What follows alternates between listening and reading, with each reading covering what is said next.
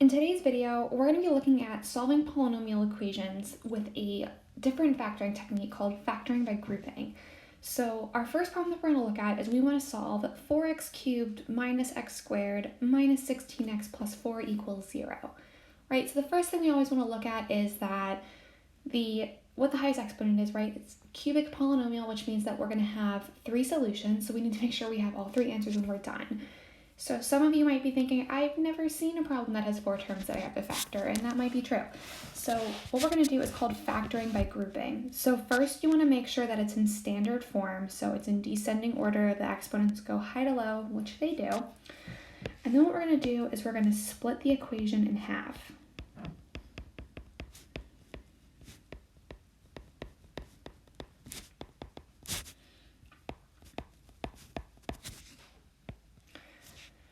And then after that,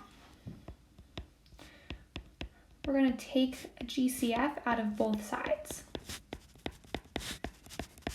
or out of both parts. Right, so if I look at my first group, 4x cubed and x squared are both divisible by x squared, so I'm going to take x squared out. I don't know why I just made my x's fancier. And I'm going to be left with 4x minus 1. And over here, I have negative 16x and positive 4. They're both divisible by negative 4. So whatever the sign of this is, you want that to match the sign of the GCF that you take out of the second group. That's just kind of a for your information thing. All right, so I'm going to put my negative 4 down here. And when I factor that out, I'm left with positive 4x minus 1. All right, all still equal to 0. So some of you might now be thinking that this looks kind of familiar to maybe how you factor quadratic equations, trinomial quadratic equations. So I call it the split the middle technique in my class. So if you do that, you would know how to do this. So you're going to take the common group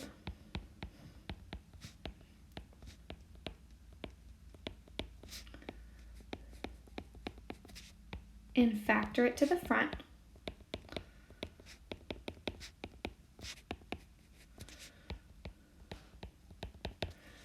I'm going to take my common group, which is 4x minus 1. I'm going to factor it to the front. So I'm going to take it out of both groups, technically. And then I'm going to, in orange, write what's left over in the second group.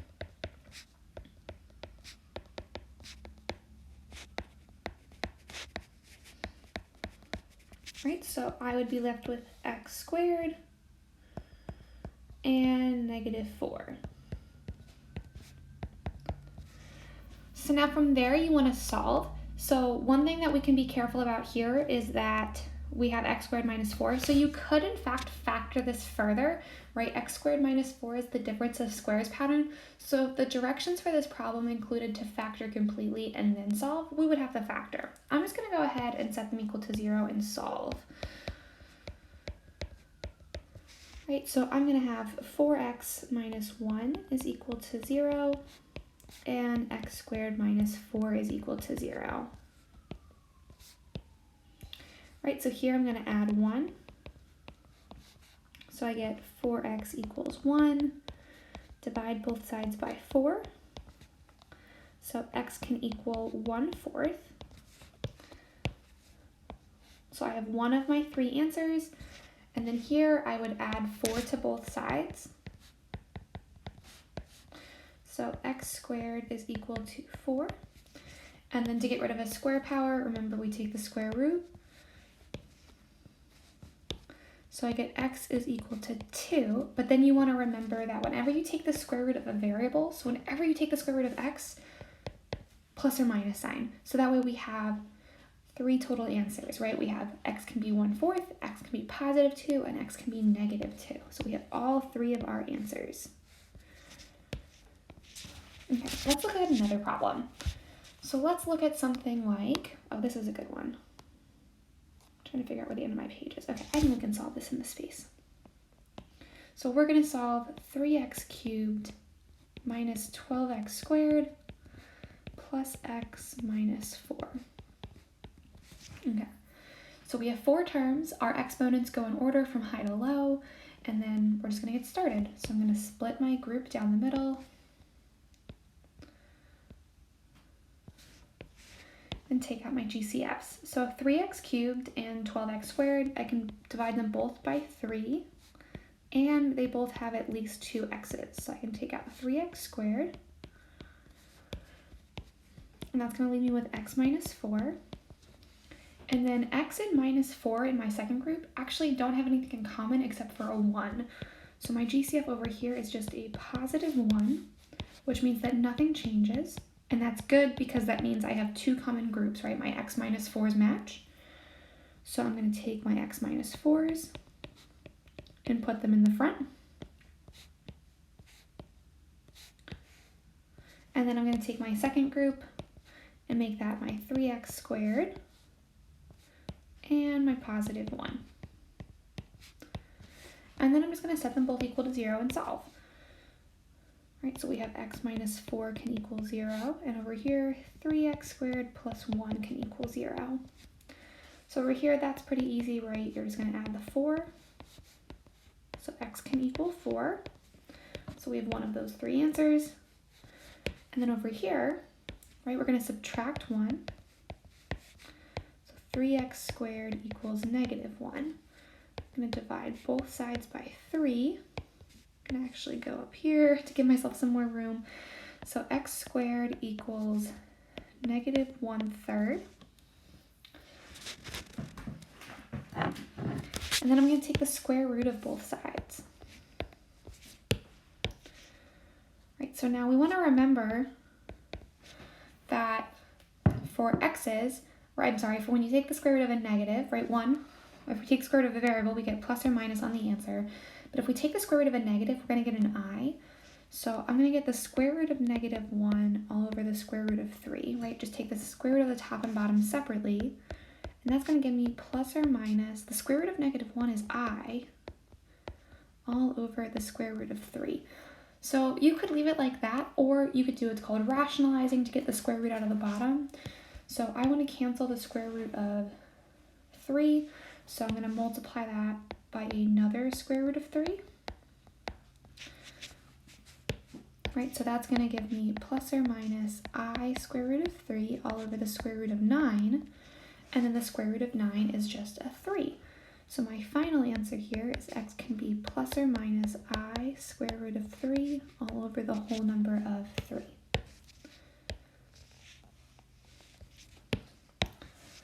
So I'm going to go through one more problem for you. And I really like this problem because it kind of combines a lot of the factoring things that we've looked at earlier this year, or that you and your teacher have looked at earlier this year. So our final example, example 3. Let's solve 3x to the 4th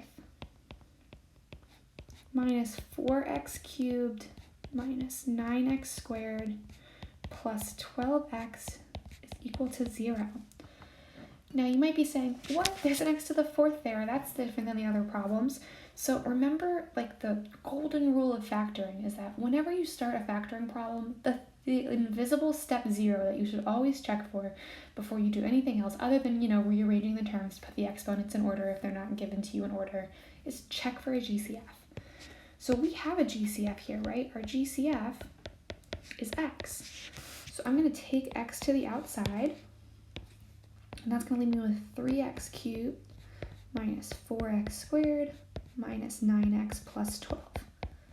Right, and all of that is equal to 0. So I'm going to just go ahead and split my problem up, right, because I have 2 factors equaling 0.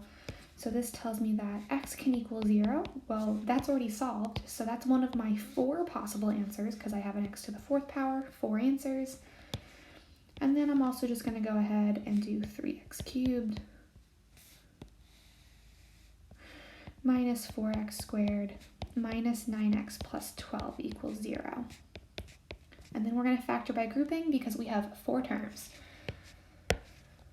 So cut this in half and take out GCF. So 3x cubed and 4x squared, well, 3 and 4 don't have anything in common, but they both have 2 x's at the very minimum, so I can take x squared out. And that's going to leave me with 3x minus 4. And then over here, Since the 9 is negative, I know I'm going to take out a negative, and 9 and 12 are both divisible by 3, so I'm going to take out a negative 3, and that is going to leave me with x minus 4, 3x minus 4, sorry. Forgot 9 divided by 3 is 3. So then we're going to take that common group and put it in the front, and take our leftover stuff and put it in the back. I'm going to actually just make it blue. Then we're going to set each group equal to 0.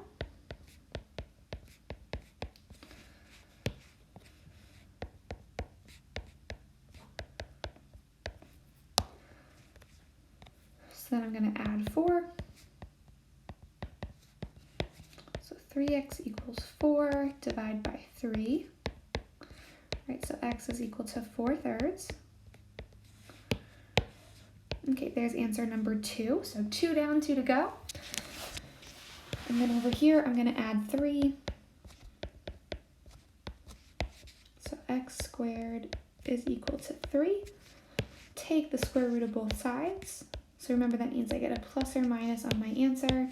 And then 3 is not a perfect square, so I'm just going to leave it as the square root of 3. So then we have all 4 of our answers.